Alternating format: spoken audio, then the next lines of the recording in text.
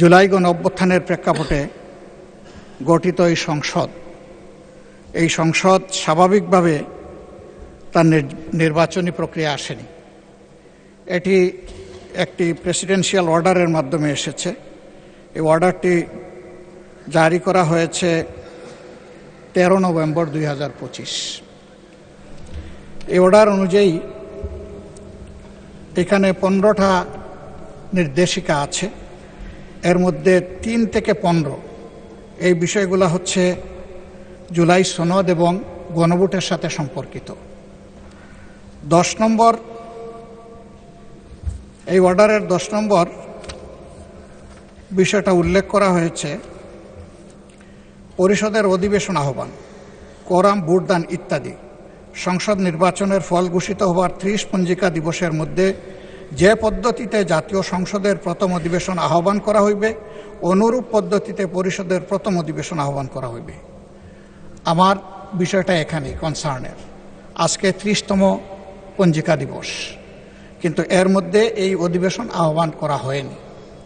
এই অধিবেশন কিভাবে আহ্বান করা হবে সেই ব্যাপারে সংবিধানের 72 অনুচ্ছেদে নির্দেশিকা রয়েছে। সরকারি বিজ্ঞপ্তি দ্বারা রাষ্ট্রপতি সংসদ আহ্বান স্থগিত ও ভঙ্গ করিবেন এবং সংসদ আহ্বানকালে রাষ্ট্রপতি প্রথম বৈঠকের সময় স্থান নির্ধারণ করিবেন। তবে আরও শর্ত থাকে যে এই দফার অধীন তাহার দায়িত্ব পালনে রাষ্ট্রপতি প্রধানমন্ত্রী কর্তৃক লিখিতভাবে প্রদত্ত পরামর্শ অনুযায়ী কার্য করিবেন। উদয় সম্পন্ন করার কথা ছিল।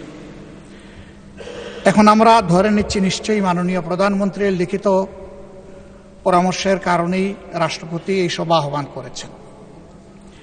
এবং এইখানে বাকি যে অর্ডারগুলো আছে সেই জায়গায় পরিষ্কার বলা হয়েছে যে পদ্ধতিতে সংসদের প্রথম অধিবেশন আহ্বান করা হবে ঠিক একই পদ্ধতিতে সংবিধান সংস্কার পরিষদেরও সভা আহ্বান করা হবে। 2টা বুথে যারা নির্বাচিত হবেন তাদের ব্যাপারে এখানে আমি আগেই উল্লেখ করেছি। 3 থেকে 15 পর্যন্ত বিস্তারিত তাদের দায়িত্ব এবং অধিকার সম্পর্কে কথা বলা হয়েছে। 3 নম্বরে বলা হয়েছে জুলাই জাতীয়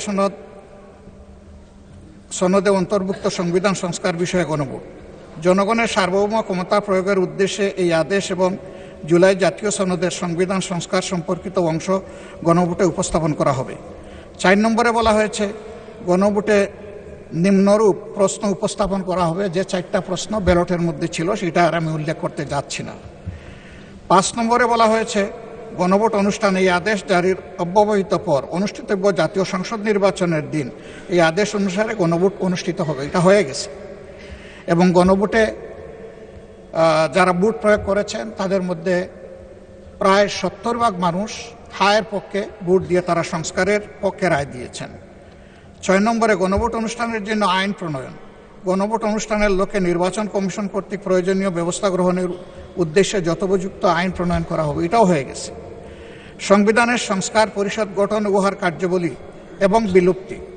গণভোটে উপস্থাপিত প্রশ্নের উত্তরে প্রদত্ত সংখ্যাগরিষ্ঠ ভোট সূচক হইলে এই আদেশ জারির অব্যবহিত পর অনুষ্ঠিতব্য জাতীয় সংসদের সাধারণ নির্বাচনে নির্বাচিত প্রতিনিধিগণের সমন্বয়ে একটি সংবিধান সংস্কার পরিষদ গঠিত হইবে। মাননীয় স্পিকার, এটি হয়নি এবং এর সময়সীমা আজকে শেষ।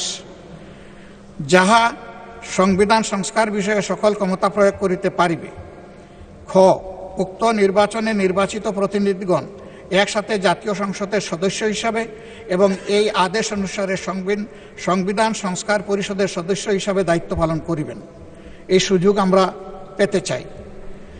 পরিষদ উহার প্রথম অধিবেশন শুরুর তারিখ হইতে 180 কার্য দিবসের মধ্যে জুলাই জাতীয় সনদ এবং গণভোটের ফলাফল অনুসারে সংবিধান সংস্কার সম্পন্ন করিবে এবং তা সম্পন্ন করিবার পর পরিষদের কার্যক্রম সমাপ্ত হইবে। শুরুই হোক আগে, তারপরে সমাপ্ত। পরিষদের কর্মধারায় অংশগ্রহণের সময় নির্বাচিত প্রতিনিধিগণ পরিষদ সদস্য হিসাবে অভিহিত হইবেন। মানে 2টা ক্যাপাসিটিতে আমরা এখানে নির্বাচিত হয়েছি, 2টা বুথের মাধ্যমে, আলাদা আলাদা বুথ। এই আদেশের উদ্দেশ্য পূরণকল্পে পরিষদ ইহার অধিবেশন আহ্বান ও মুলতবি সংবিধান সংস্কার বিষয়ক প্রস্তাব উত্থাপনের পদ্ধতি, উক্ত প্রস্তাব বিবেচনা গ্রহণ এবং অন্য সকল বিষয়ে কার্যপ্রণালী নির্ধারণ করিবে।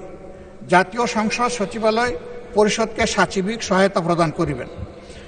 শপথ এবং শপথ পাঠ পরিচালনা। নির্বাচিত প্রতিনিধিগণ সংসদ সদস্য হিসেবে শপথ গ্রহণের পর একই শপথ অনুষ্ঠানে এই আদেশের তফসিলে বর্ণিত এক অনুযায়ী পরিষদ সদস্য হিসাবে শপথ গ্রহণ করিবেন এবং অনুরূপ শপথ পত্রে স্বাক্ষর দান করিবেন। আমরা সকল বিরোধী দলীয় সদস্য ৭৭ জন আমরা এটা গ্রহণ করেছি এবং স্বাক্ষর প্রদান করেছি।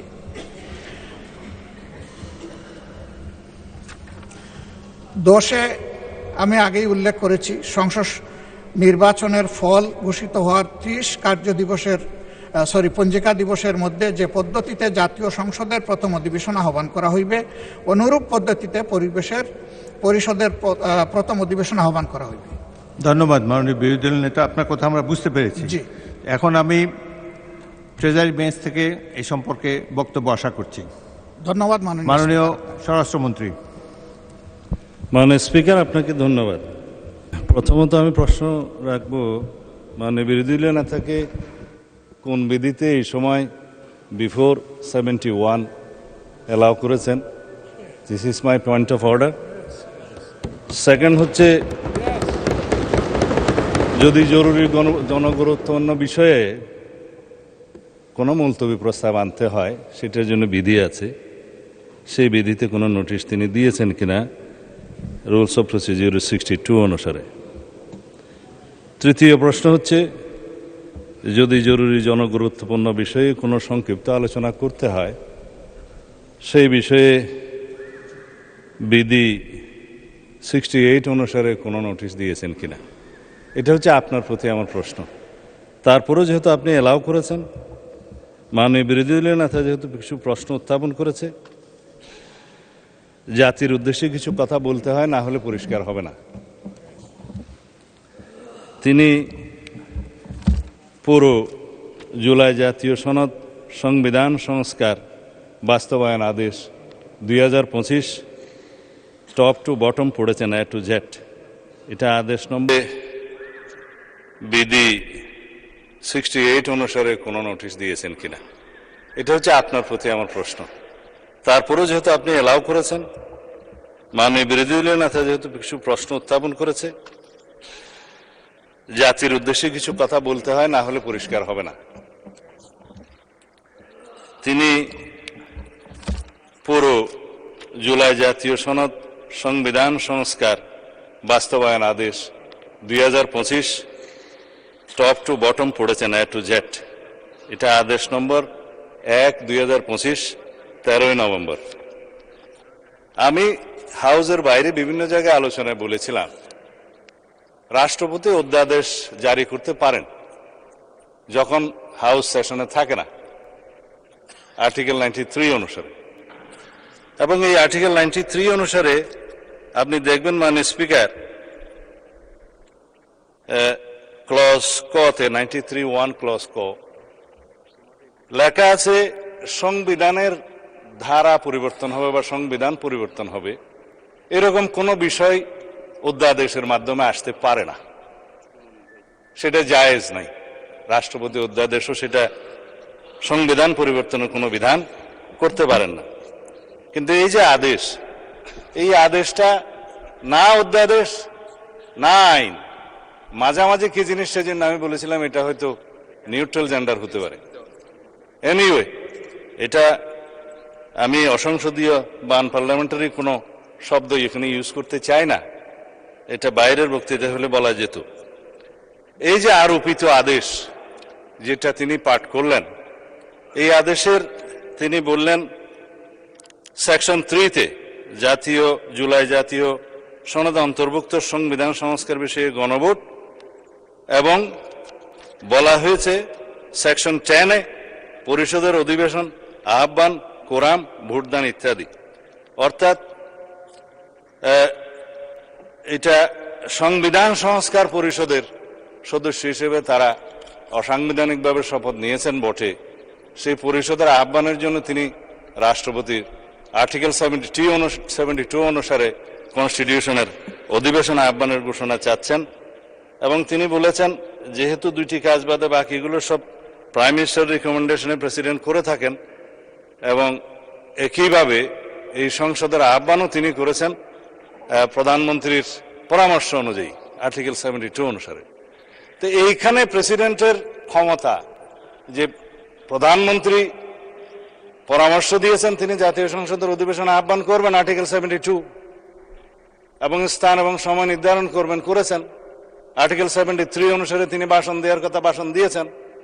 আমাদের বিরোধী দলীয় বন্ধুরা ভাষণ শুনতে চাননি, চলে গিয়েছেন, ভালো কথা, কিন্তু সেই ভাষণের উপর আলোচনার জন্য তিনি কালকে প্রস্তাব করেছেন 50 ঘন্টা বরাদ্দ করা হোক।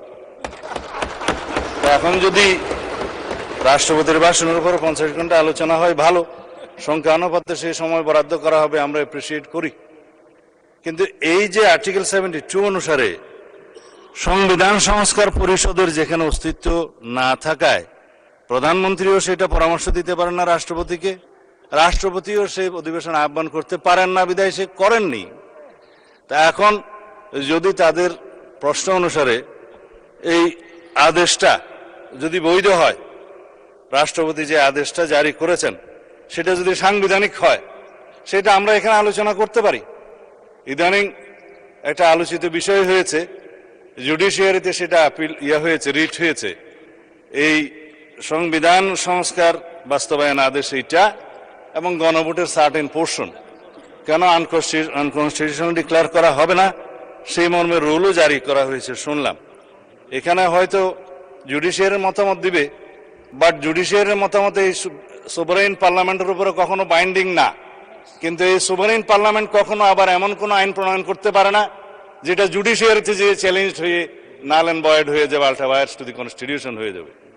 তো সুতরাং আমাদেরকে উভয় দিকে লক্ষ্য রেখে জাতির বৃহত্তর স্বার্থে আইনানুগভাবে এবং সাংবিধানিকভাবে যেতে হবে এই মহান জাতীয় সংসদে আমাদের সমস্ত কার্যক্রম। এখন যদি বলা হয় যে গণভোটের রায় বাস্তবায়নের জন্য সংবিধান সংস্কার পরিষদ গঠন করতে হবে, মানলাম আমরা নির্বাচিত হয়েছি সাংবিধানিক ভোটে। নির্বাচন কমিশনের দুইটাই এখতিয়ার, একটা হচ্ছে জাতীয় সংসদের নির্বাচন অনুষ্ঠান করা, আর একটা হচ্ছে রাষ্ট্রপতির নির্বাচন অনুষ্ঠান করা। এটা হচ্ছে কনস্টিটিউশনাল ম্যান্ডেট, যেটা নির্বাচন কমিশন পালন করতে বাধ্য। কিন্তু আরেকটা আইন হয়েছে গণভোটের জন্য, এটা আমরাও প্রস্তাব করেছিলাম, যেহেতু আইনি ভিত্তি চেয়েছেন সবাই জুলাই জাতীয় সনদের, যে জনগণ কি বলে আমরা দেখি। সেখানে জুলাই জাতীয় সনদ যেভাবে স্বাক্ষরিত হয়েছে, রাজনৈতিক সমঝোতার দলিল হিসেবে ঐতিহাসিকভাবে যেটা স্বাক্ষরিত হয়েছে, তার উপর ভিত্তি করে জুলাই জাতীয় সনদের পক্ষে এদেশের জনগণ আছে কি নাই সেই প্রশ্নে গণভোট হতে পারে, এবং সেটা একদিনে হবে না, 2 দিনে হবে, সেই বাহাস অনেকদিন হয়েছে, অতঃপর একদিনে অনুষ্ঠিত হয়েছে। এবং সেই ব্যালটে গণভোটে হ্যাঁ এবং না লেখা ছিল, কিন্তু এই আদেশটা মাঝখানে জারি করে আরেকটা প্রশ্ন ওখানে ইন্ট্রোডিউস করে দেয়া হয়েছে যে এই প্রশ্নে গণভোট দেয়া হলো 4টা প্রশ্ন, যে প্রশ্নের মধ্যে একটা বিশাল প্রশ্ন জুলাই জাতীয় সনদের সমঝোতা হয়নি, এটা একটা জবরদস্তিমূলক আরোপিত আদেশ করে সেই আদেশের একটা প্রশ্ন গণভোটের মধ্যে দেয়া হলো, যেটা আমার পড়তে লাগছে 3.5 ঘন্টা। জনগণ সেটা পড়ে হ্যাঁ এবং না দিয়েছে কিনা আমি জানি না, তবে 4টা ভোট 4টা প্রশ্ন, সেই প্রশ্নের মধ্যে একটা অ্যান্সার দিতে বলা হয়েছে, আইদার হ্যাঁ অথবা না বলুন। কিন্তু 4টা ভোটে তো 4টা প্রশ্ন থাকা উচিত ছিল যে আমরা কোন কোন প্রশ্নে হ্যাঁ বলবো, কোন কোন প্রশ্নে না বলবো, সেই অপশনও ছিল না। আমি সেই লম্বা বাহাসে যাচ্ছি না, তারপরও গণভোটের রায় যদি বাস্তবায়ন করতে হয়, সেই গণভোট এই আইন অনুসারে, সেই রায় অনুসারে সংবিধানে আগে সংস্কার আসতে হবে, সংবিধানের সংশোধন আসতে হবে। সংবিধানে যদি সেটা আমরা গ্রহণ করি, তারপরে সেই গণভোটের রায় বাস্তবায়নের জন্য তখন সংবিধান যদি এটা কন্টেইন করে, ধারণ করার পরে তখন যদি পরিষদের সদস্য হিসেবে শপথ নিতে হয়, সেটা তখনকার ব্যাপার হবে, সেটা আমরা let us have debate on it. তবে এখন এই সংবিধান সংশোধনের জন্য আমরা এই সেশনে বিল আনতে পারবো কিনা সেটা যথেষ্ট সন্দেহ আছে। এই কারণে যে 133টা অধ্যাদেশ এখানে উত্থাপিত হয়েছে প্রথম দিনে, আজকে হয়তো মাননীয় আইনমন্ত্রী সেগুলা বিশেষ কমিটি দেওয়ার জন্য প্রস্তাব করতে পারেন, তারপরে সেটা স্ক্রুটিনি হবে, রিপোর্ট পেশ হবে, সময় আছে 30 দিন। এটা কোনো কার্য দিবস নয়, পঞ্জিকা দিবস। 30 দিনের মধ্যে এই অধ্যাদেশগুলো সম্পর্কে আমাদেরকে ফয়সালা করতে হবে। এখন সেই অধ্যাদেশগুলো ফয়সালা করতে গিয়ে 15 দিন এখন লম্বা ছুটিতে 29 তারিখের আগে আপনি আর সেশন করতে পারছেন না আজকের পরে, তখন এগুলো করতে করতে এই সেশন চলে যাবে। তারপরের সেশনে আপনার বাজেট অধিবেশনের সময় যদি আপনারা অ্যালাউ করেন যে সংবিধান সংশোধনের বিষয়ে এই হাউস সিদ্ধান্ত নেয়, কার্য উপদেষ্টা কমিটিতে যদি সিদ্ধান্ত হয়, তখন বাজেটের এই সেশনের মধ্যেও সংবিধান সংশোধনের জন্য কমিটি করে তারা এই জুলাই জাতীয় সনদকে সেখানে ধারণ করে সংবিধান সংশোধনের জন্য বিল উত্থাপন করতে পারে। সেই বিলটা তারপর আলোচনা হবে, পাশ হবে, সেটা তখন সেই সেশনে করা যাবে কিনা আপনারা সিদ্ধান্ত নেবেন। আমি পজিটিভলি যাচ্ছি, আমি কোনো কিছু অস্বীকার করছি না। জনরায়কে সম্মান দিতে হবে, কিন্তু সেটা সাংবিধানিকভাবে দিতে হবে, আইনগতভাবে দিতে হবে। এখানে ইমোশনের কোনো জায়গা নেই। রাষ্ট্র ইমোশন দিয়ে চলে না, রাষ্ট্র চলে সংবিধান দিয়ে, আইন দিয়ে, কানুন দিয়ে। তা আমরা সেইভাবে যাই। আমি বিরোধী দলের নেতাকে যথেষ্ট সম্মানের সাথে এটা প্রস্তাব দিতে চাই যে আসুন আমরা কার্য উপদেষ্টা কমিটিতে সে বিষয়ে আলোচনা করি, কখন সংবিধান সংশোধনের জন্য আমরা বিল উত্থাপন করতে পারবো এবং জুলাই জাতীয় সনদকে আমরা অক্ষরে অক্ষরে পালন করতে আমরা প্রতিশ্রুতিবদ্ধ। আমরা জাতির কাছে অঙ্গীকার করেছি যে জুলাই জাতীয় সনদ ঐতিহাসিকভাবে যেভাবে স্বাক্ষরিত হয়েছে, রাজনৈতিক সমঝোতার দলিল হিসেবে তার প্রতিটি শব্দকে আমরা সম্মান করি। কিন্তু জুলাই জাতীয় সনদের বাইরে আরোপিত কোনো আদেশ দিয়ে, কোনো অবৈধ আদেশ দিয়ে সেটা কোনো সংবিধান সংশোধন করা যায় কিনা, সেটা একটা বিশাল আইনি প্রশ্ন, সাংবিধানিক প্রশ্ন। সেটাও আমরা ডিবেট করি, আলোচনা করি, আমরা কার্য উপদেষ্টা কমিটিতে আলোচনা করি এবং সংবিধান সংশোধনের জন্য আমরা বিল উত্থাপন করি। সেই বিল আমরা সমঝোতার ভিত্তিতে এই মহান হাউসে গ্রহণ করি। তারপরে এই সংবিধান অনুসারে রাষ্ট্র পরিচালিত হবে এবং ইনশাআল্লাহ আমরা সংবিধান মেনেই এই পর্যন্ত এসেছি এবং সংবিধান মেনে চলবো। সামনের দিনগুলোতে আমরা সাংবিধানিকভাবে এই রাষ্ট্রকে এগিয়ে নিয়ে যাব।